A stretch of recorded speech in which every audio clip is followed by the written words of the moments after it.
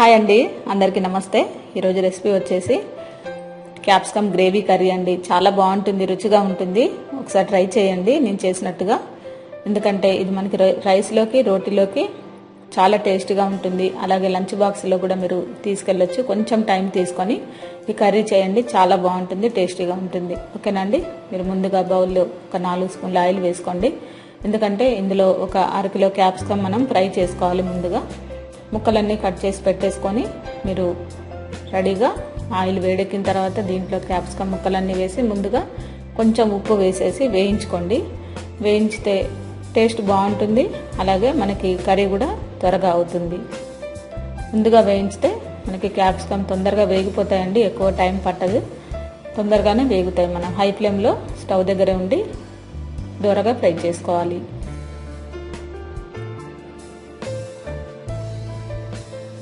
ఇది మనం ఫ్రై చేసే ముందు కొంచెం మనం ఈ క్యాప్సికమ్ ముక్కల్లో ఉండే గింజలు, అలాగే కొంచెం గట్టి కాడ ఉంటుంది కదండి, అదన్నీ తీసేయండి.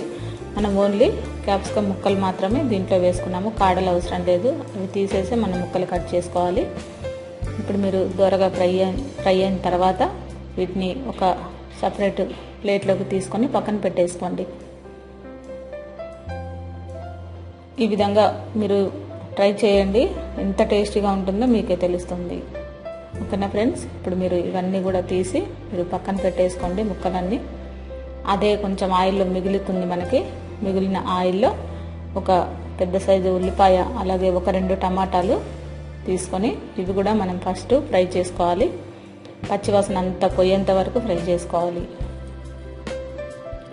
దీంట్లో కొంచెం పసుపు వేసి మీరు కొంచెం వేగిన తర్వాత మనం మిక్సీలో పట్టుకొని గ్రేవీ లాగా తయారు చేసుకోవాలి. ఇది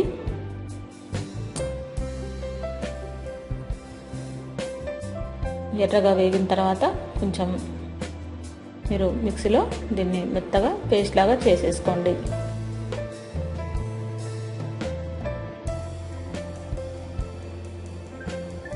మీరు ఆయిల్ ఏమి ఎక్కువ వేయనవసరం లేదండి.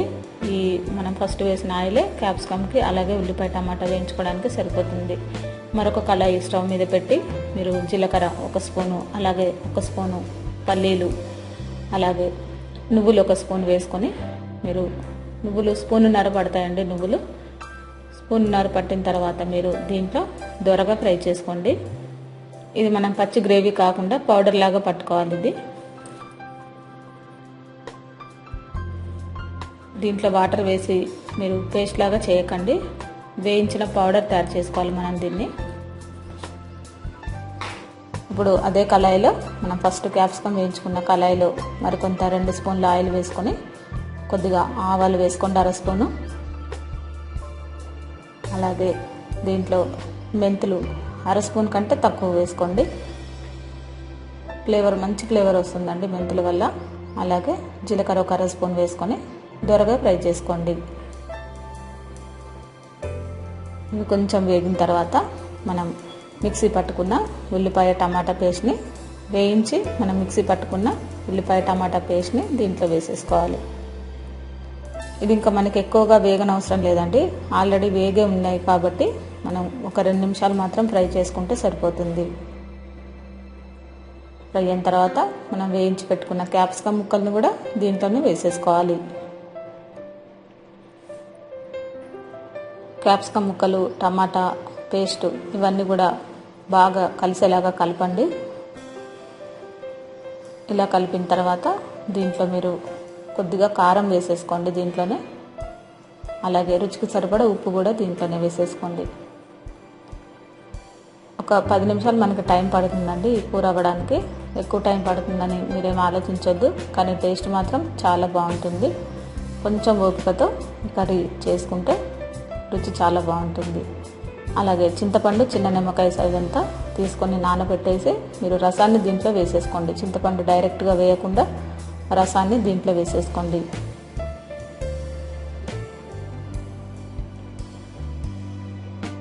కొంచెం ఉడికిన తర్వాత మనం జీలకర్ర, నువ్వులు, పల్లీలు వేయించి పెట్టుకున్నాం కదండి, ఆ పౌడర్ని దీంట్లో వేసేసుకోవాలి.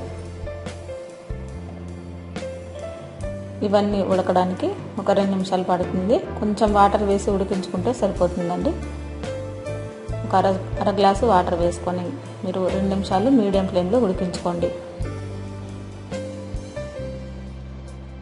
మూత పెట్టేస్తే మనకి ఆయిల్ అంతా పైకి తేలుతుంది.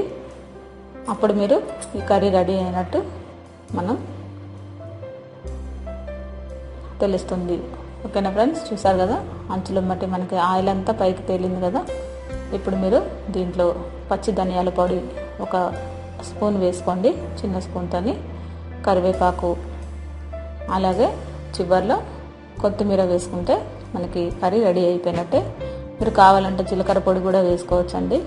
ఎందుకంటే మనం ఆల్రెడీ జీలకర్ర వేయించి మనం పౌడర్ చేసి వేసుకున్నాం కాబట్టి సరిపోతుంది.